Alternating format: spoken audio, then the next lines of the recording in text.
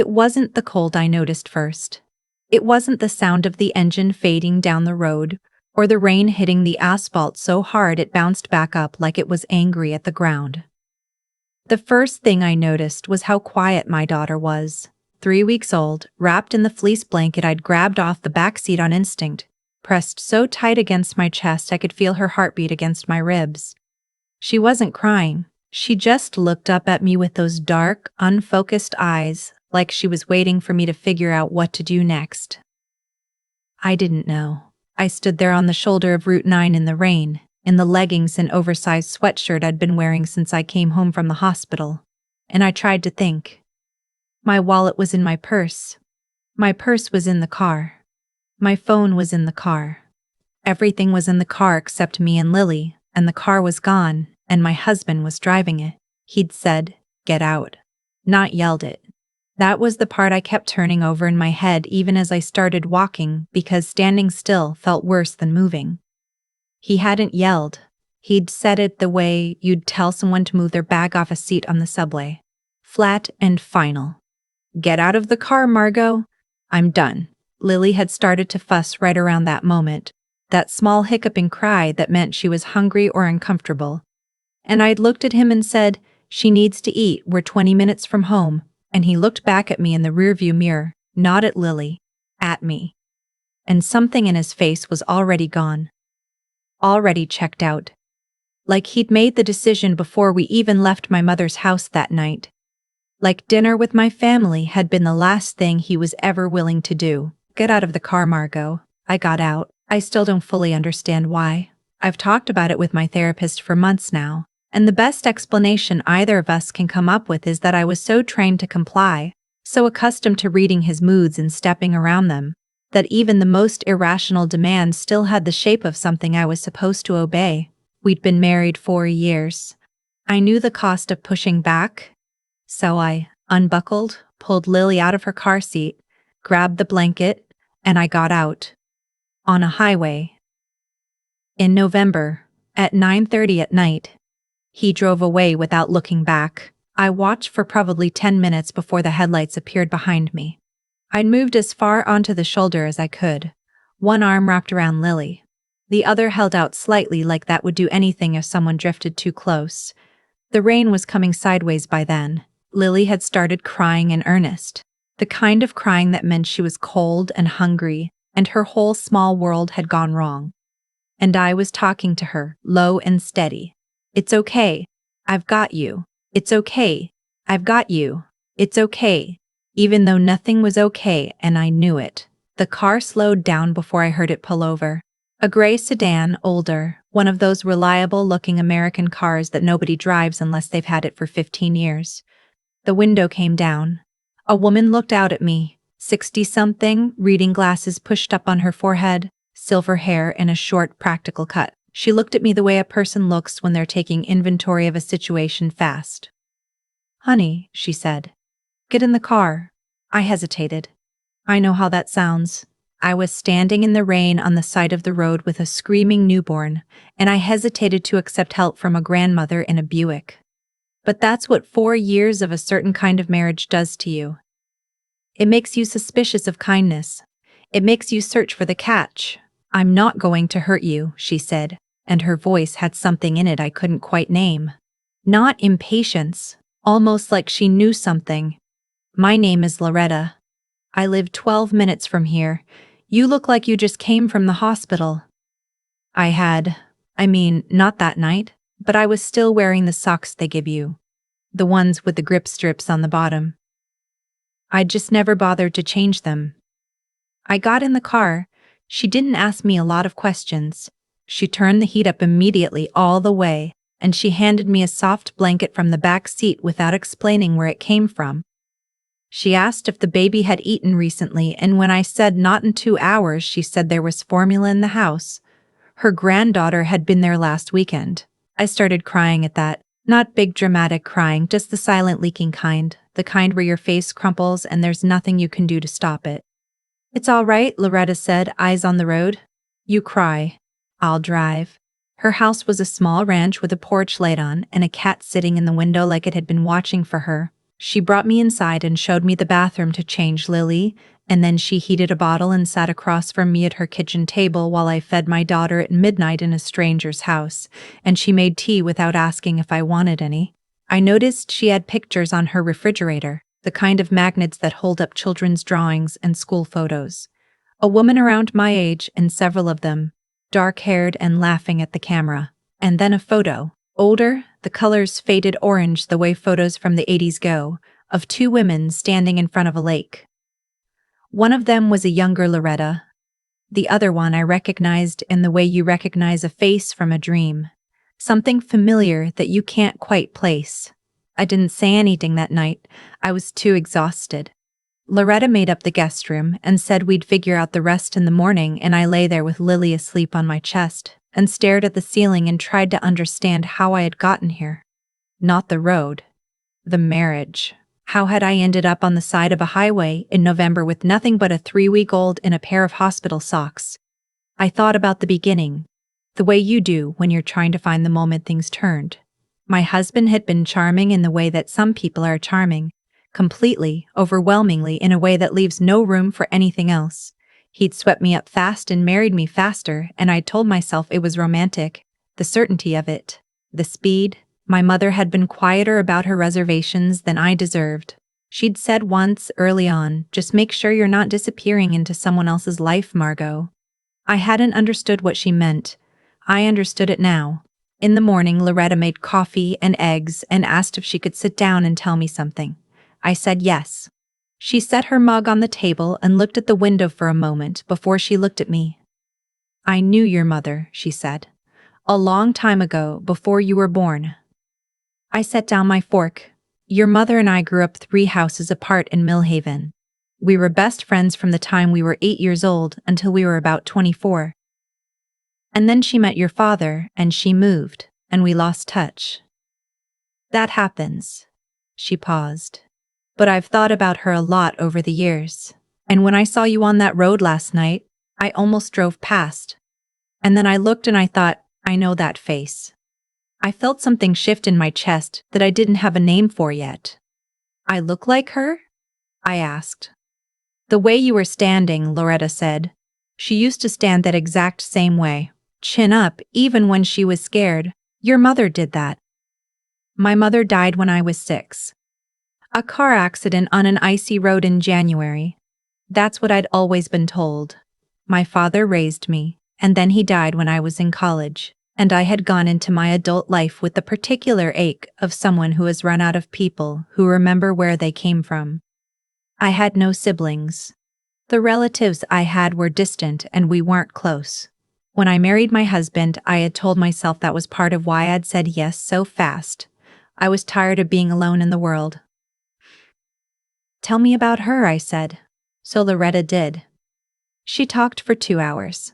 She told me about a woman I'd only ever known from a handful of photographs. My mother at 20, at 22, studying for her nursing boards at Loretta's kitchen table, laughing too loud at her own jokes, making friends with every cashier and gas station attendant she ever encountered because she was genuinely interested in people, genuinely curious about strangers' lives. She was the person who remembered everyone's birthday. She cried at commercials. She made the best potato soup Loretta had ever eaten to this day, and Loretta had tried to recreate it for 30 years. I sat there and I let myself be given something I hadn't known I was missing. And then Loretta said carefully, I want to ask you something and you don't have to answer. But did your father ever tell you much about what happened before you were born? The 2 years before the accident? I said no. He didn't talk about her much. It hurt him too much, I'd always assumed. Loretta was quiet for a moment. We got back in touch, she said. Your mother and me, about 8 months before she died. She called me out of nowhere. And she wasn't right, she was scared. She turned her mug in her hands.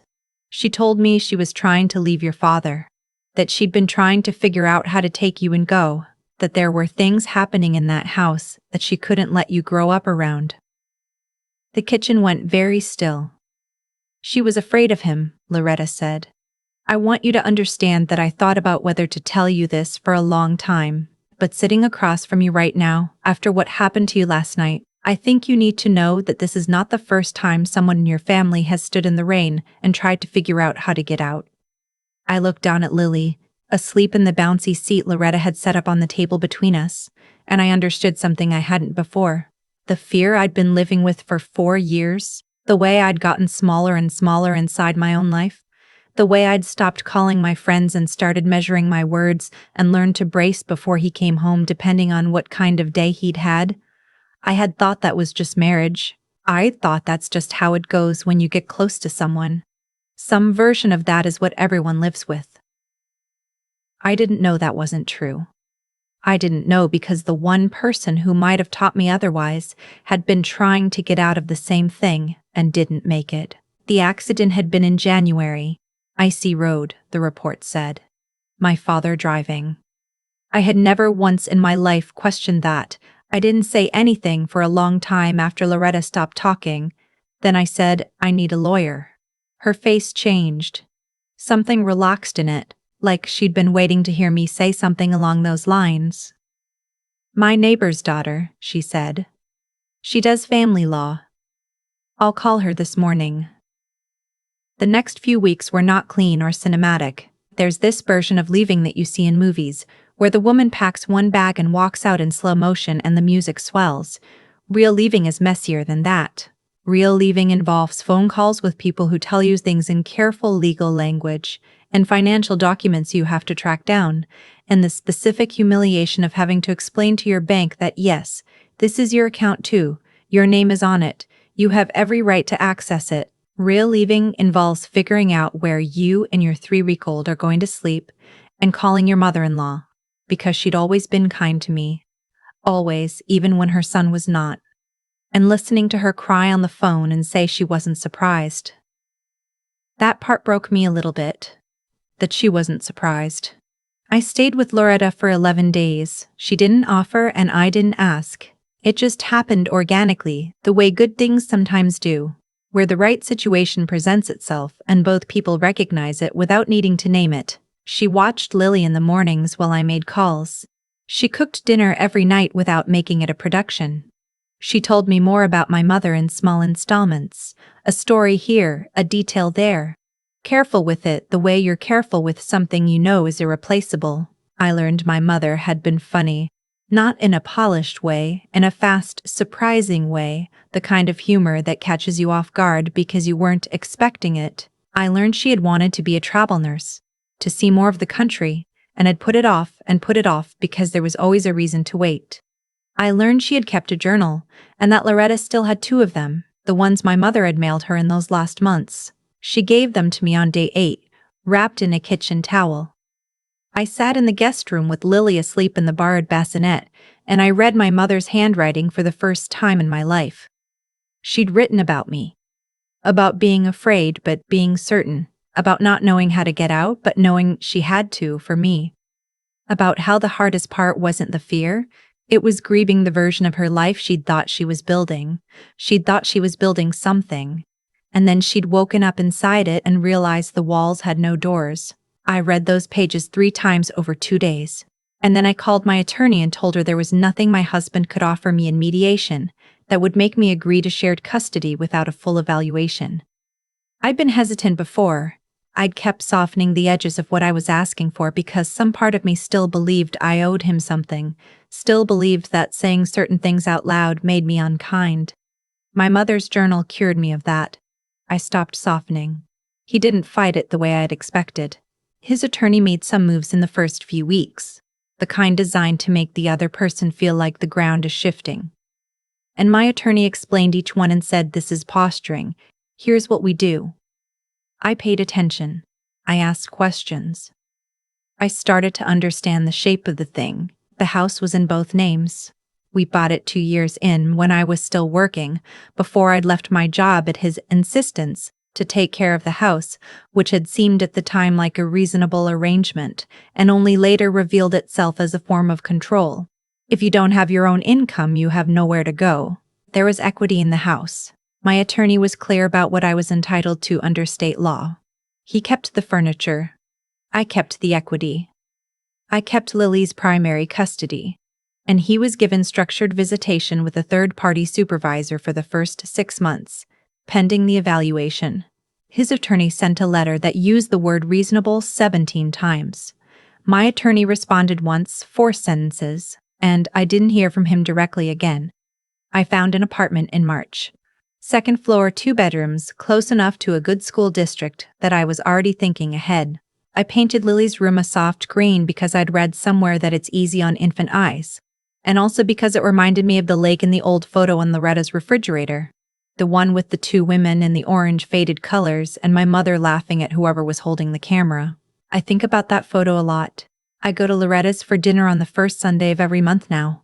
I bring Lily, who has learned that Loretta keeps a bowl of wooden spoons in a low cabinet specifically so that babies can pull them out and bang them on the floor. A discovery Lily treats with the seriousness of major scientific achievement. Loretta teaches me to cook my mother's potato soup.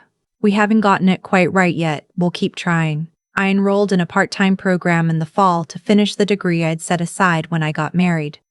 Healthcare administration. I'm good at systems, at tracking details, at making sure things don't fall through the cracks. Turns out those skills you spend years apologizing for because someone called them controlling. Those are just skills. You were allowed to have them the whole time. Last month I found a letter my father had written to my mother, unsent, folded into a book I'd inherited and never opened. I won't say what was in it. That part belongs to me and to her, and to whatever understanding I'm still working out between myself and the facts of my own life. What I will say is that I sat with it for a long time, and then I called Loretta, and I read it to her on the phone, and we were both quiet for a while, and then she said, "Your mother knew what she was doing even when she was scared. She knew. I think about the shoulder of Route 9 sometimes, the rain." Lily's heart beat through the blanket, how I stood there for a minute in the dark with nothing and tried to figure out which direction to walk. I didn't know then that 12 minutes up the road was someone who had known my mother's voice, my mother's laugh, the way she held her chin up even when she was afraid. I didn't know that the worst night of my life was the night the door finally opened. You can't see it from the inside. That's the thing no one tells you. You can't see that what feels like the floor giving out is actually the first step of a staircase. You're just falling and you're holding your daughter and you're walking in the rain, and then a car slows down and a woman rolls down her window and says, "Honey, get in." And you have to decide in that moment whether to keep racing for the catch or to accept that sometimes people stop because you are a person who needs help and they are a person who can give it. I got in the car. That was the first decision I made for myself in a very long time. It turns out I still knew how. I used to think the hardest thing about that night was the cold, or the fear, or the sound of his taillights disappearing and realizing I had no way to call anyone, no shoes that weren't hospital issued, no plan at all. But looking back now, I think the hardest thing was something quieter than any of that. It was the fact that I got in the car without hesitating as long as I should have. Not Loretta's car, his. Every time he told me to move, I moved. Every time he needed the room, I made myself smaller. And I had done it so many times over 4 years that when he said get out on the side of a highway in November, some part of me just complied. That's what I have to sit with. Not what he did. What I had allowed to become normal. There's a version of this story where I blame him entirely, and he deserves a significant portion of it. I won't pretend otherwise. What he did that night was cruel in a specific, calculated way. He didn't lose his temper. He made a decision. And the person who makes that kind of decision about a woman holding a 3-week-old in the rain has been making smaller versions of that decision for years. I just hadn't let myself see the whole shape of it until I was standing outside, looking in. But here's what I've come to understand about the way actions compound over time. His and mine both. Every choice has weight. His choice to diminish, to isolate, to control. Those didn't happen once. They happened daily in small denominations until they added up to something I couldn't ignore anymore. And my choice to accommodate, to rationalize, to tell myself that this was just what closeness felt like, that compounded too. Neither of us got to that highway in a single step. What Loretta gave me wasn't just shelter or warmth, or even the truth about my mother. though all of that mattered more than I can say. What she gave me was a different kind of mirror. She showed me a woman, my mother, who had seen the same walls closing in and had found the courage to say not for my daughter. She didn't make it out. That's the part that stays with me. Quietly, the part I don't talk about much. She tried, and she didn't make it. And I've spent a lot of nights since then thinking about what I owe her memory, what it means to finish something someone else started at great cost.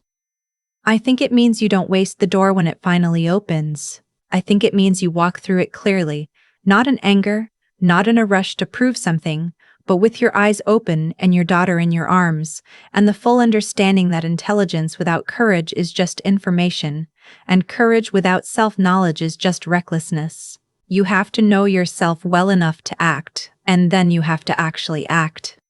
I painted Lily's room green. I enrolled in school. I learned to make my mother's soup. These are small things, and I'm telling you they are everything. The rebuilding of a life doesn't announce itself. It happens in Tuesday mornings, and grocery runs and phone calls with your attorney and dinners at an older woman's table where someone finally says your mother's name out loud and means it with love. My husband made his choices. The law and his own behavior handled the rest. I didn't need to chase that or engineer it. I just needed to stop standing in the rain waiting for someone to let me back in the car. I got in a different car. That was enough to change everything.